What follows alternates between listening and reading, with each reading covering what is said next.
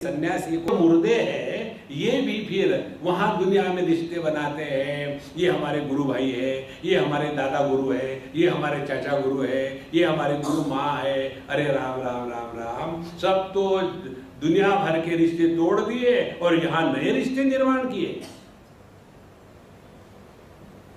देखो कैसे आदमी फंस जाता है। इसीलिए जगत में ये जो संग्रह बुद्धि है और ये जो रिश्तेदारी निर्माण करने की प्रक्रिया है, इससे अपने आप को बचाओ।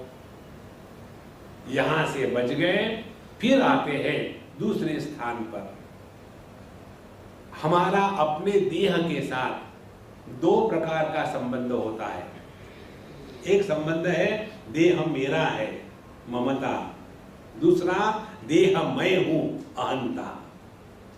तो जब तक कि ये ममता से नहीं छूटेंगे तब तक के अहंता से मुक्ति नहीं होती। अब ये अहंता से छूटने के लिए हमने जो अपने आप को देह मान के रखा है, अब इस पर चिंतन करेंगे कि हम है कौन। एक बार हम गए थे किसी के यहाँ अमेरिका में। जैसे घर में घुसे तो वहाँ दीवार पर जैसे स्टैटिस्टिक्स में हिस्टोग्राम होता है, वैसे एक लड़के के फोटो थे। कम से कम 16 फोटो थे। छोटा फोटो, फिर बड़ा, फिर बड़ा, फिर बड़ा, ऐसे 16 एक लाइन में। हमने देखा और आगे जा रहे थे तो वो कहते हमको, स्वामी जी आपने ये फोटो देखे? हमने देखे। बोले ये हमारे लड़के के हैं। अब वो 16 साल का हो गया है तो उसके हर साल के बर्थडे पर ये फोटो लगा कर हमने लगा दिए। हमने कहा वो है क्या यहाँ? बोले है। हमको बुला, आ गया। तो मैंने कहा मुझे बताओ इसमें से तुम कौन हो? बताओ। देखो कितने बदल गए शरीर, लेकिन हम तो ज्यों के त्यों हैं। जो बदलता नहीं वो हम हैं। और ये शरीर के साथ संबंध रख दिया। देहिनोस्मिन् यथा देहे कौमारम यौवनम जरा तथा देहांतर प्राप्ति धीरस्तत्र न मुह्यति। पहले देह छोटा होता है, शिशु का देह। छोटा सा जो बालक होता है ना, उसको शिशु कहते हैं। शिशु माने क्या? जो कहीं भी शी और शू कर देता है, शिशु। टेक्निकल टर्म है। और फिर वो किशोर हो गया। किशोर हो गया माने खामो खाम शोर करता है, इसलिए किशोर हो गया। फिर यौवन हो गया। यौवन में आने के बाद कौन्योस्ति सदृशो मया, अपने टी शर्ट के बटन खोल करके जाएगा और बड़ा बेफिक्र रहेगा।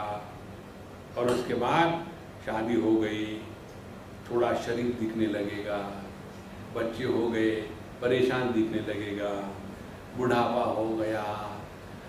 अब पता नहीं भगवान मुझे बचा लो। अब इन सब में हम कौन हैं?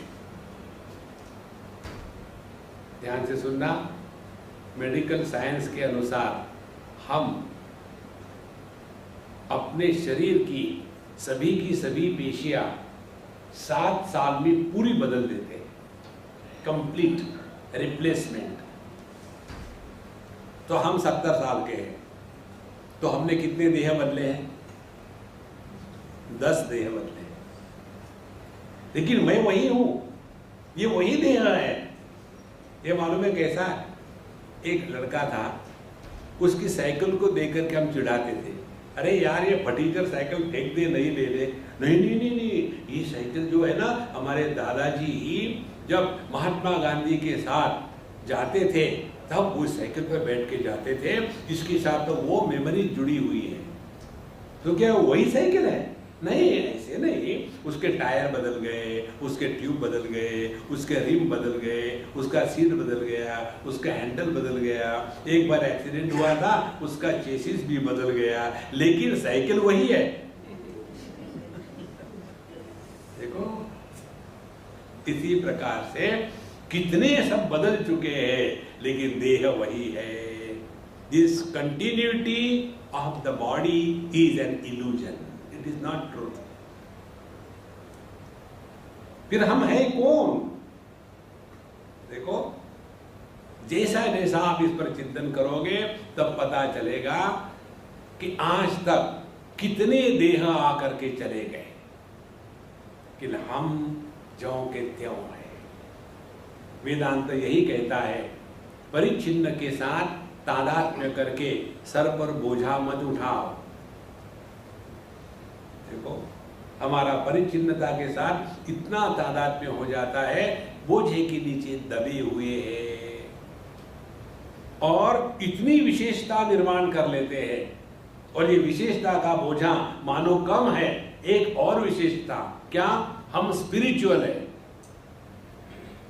आध्यात्म का तात्पर्य, स्पिरिचुअलिटी का तात्पर्य अपने में विशेषता निर्माण नहीं करनी है, सब विशेषता खो देनी है।